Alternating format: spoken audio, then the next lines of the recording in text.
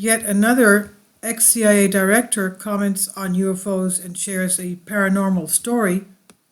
Having studied the subject for approximately 15 years now, I can tell you that the phenomenon is quite vast and touches upon all aspects of humanity, Arjunwala states.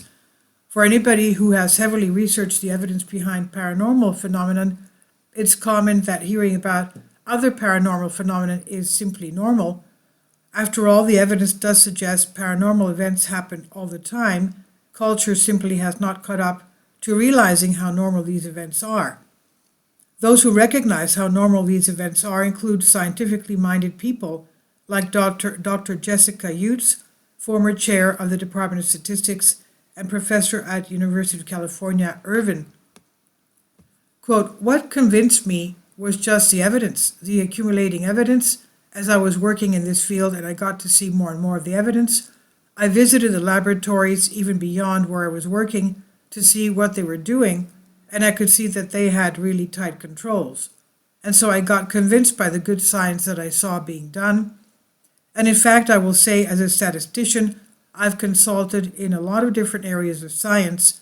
The methodology and the controls on these experiments are tighter than any other area of science where I've worked," end quote. This is what she said. That was her take on remote viewing, a phenomenon where people are trained to view details about places and objects from a position very far away. This illustrates the non-local or local nature of our consciousness. The remote viewing studies Utz is talking about are incredibly rigorous and yielded repeated results time and time again. When it comes to numerous experiments at the quantum level, consciousness has been shown to have some sort of effect on physical material reality as well. There are also topics such as precognition, telepathy, and more examples of mind-matter interaction, like distant healing, which are quite intriguing. What I find the most intriguing are the examples of people with special abilities. I came across much of this documentation via the CIA's electronic reading room.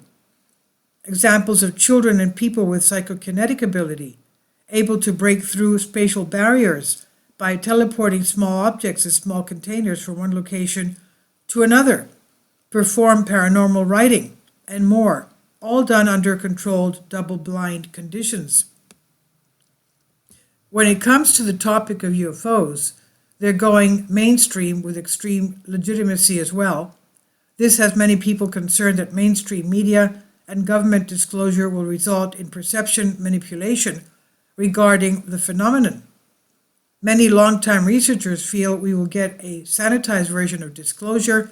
That is to say, many key details will be left out purposefully, yet the government will claim all has been told. Having studied the subject for approximately 15 years now, I can tell you that the phenomenon is quite vast and touches upon all aspects of humanity. There is a lot to the UFO story that I did not think people will ever hear about from governments and intelligence agencies. If you want to go through our article archive on the subject, you can go in the link here. Now, the former director of CIA, John Brennan, 2013 to 17, was recently asked about the UFO phenomenon and expressed his belief that we may be dealing with some other form of life. This is what he said. "I think some of the phenomena we may be seeing continues to be unexplained and might in fact be some type of phenomenon that is the result of something that we don't yet understand, and that could involve some type of activity that some might say constitutes a different form of life," end quote. James Woolsey, another retired CIA director, 1993 to 1995, also spoke up on the subject. An interview with John Greenwald, founder of the Black Vault, a resource for declassified documents pertaining to UFO-related phenomenon. In the interview, he describes an interesting paranormal event that happened to a plane that was frozen, quote unquote, and stopped in the air at 40,000 feet. He also makes a number of comments about the UFO phenomenon. Quote, "A friend of mine was able to have his aircraft stop at 40,000 feet or so and not continue operating as a normal craft. What was going on? I don't know. Does anybody know? We'll have to look into it. There have just been enough things like that have occurred," end quote. That's what he said.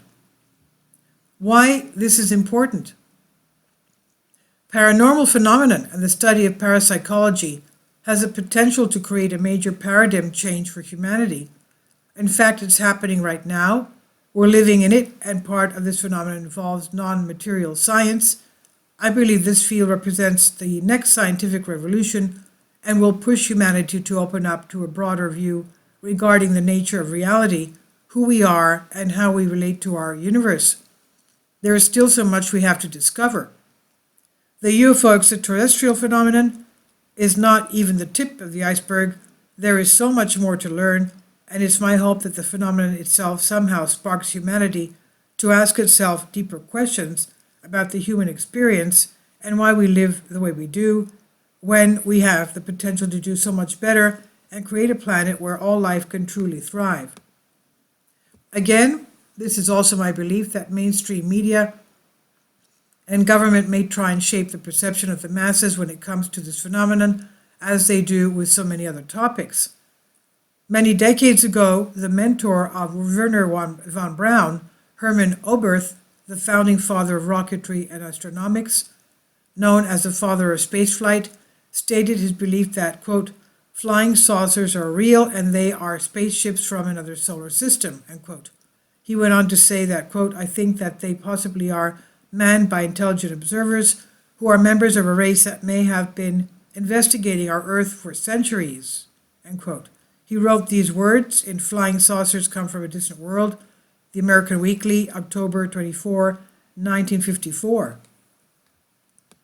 According to a paper published in the journal History and Technology titled Extraterrestrial Encounters, UFOs, Science, and the Quest for Transcendence, 1947 to 1972, at the International UFO-IFO Congress hosted in Wiesbaden and organized by Carl Kate, 1907 to 2001, credulous UFO impresario and president of the Deutsche UFO-IFO Studiengemeinschaft, Oberth repeated claims first made in 1954 that he was no longer willing to exclude the possibility that UFOs could indeed be of extraterrestrial origin.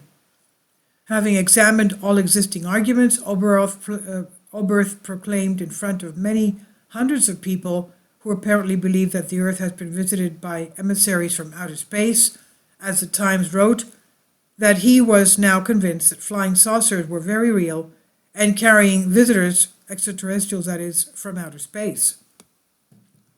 Oberth later repeated that the UFOs are a kind of sentinel, here simply to observe and report, because humankind, which is as gifted as inventors and researchers as we are, yet has remained politically and morally on our stage of development, constitutes a threat to the entire universe. Perhaps he's right. Perhaps there are multiple groups observing us. Perhaps some are concerned for multiple reasons. The UFO extraterrestrial topic is a deep one, and endless discussions and questions can emerge from it, especially when discussing the malevolent narratives. Now, this was originally published from Collective Evolution, published here under Creative Commons license by Arjun Walia Collective Evolution on Collective Spark. Please leave your comments, and thank you for your support. Kindly support my Patreon account. The daily posts are 5 videos daily, and they are totally different from what I have on my YouTube channel. Thank you so much for your support and that you find all my content so interesting. You'll find the Patreon account details in the description box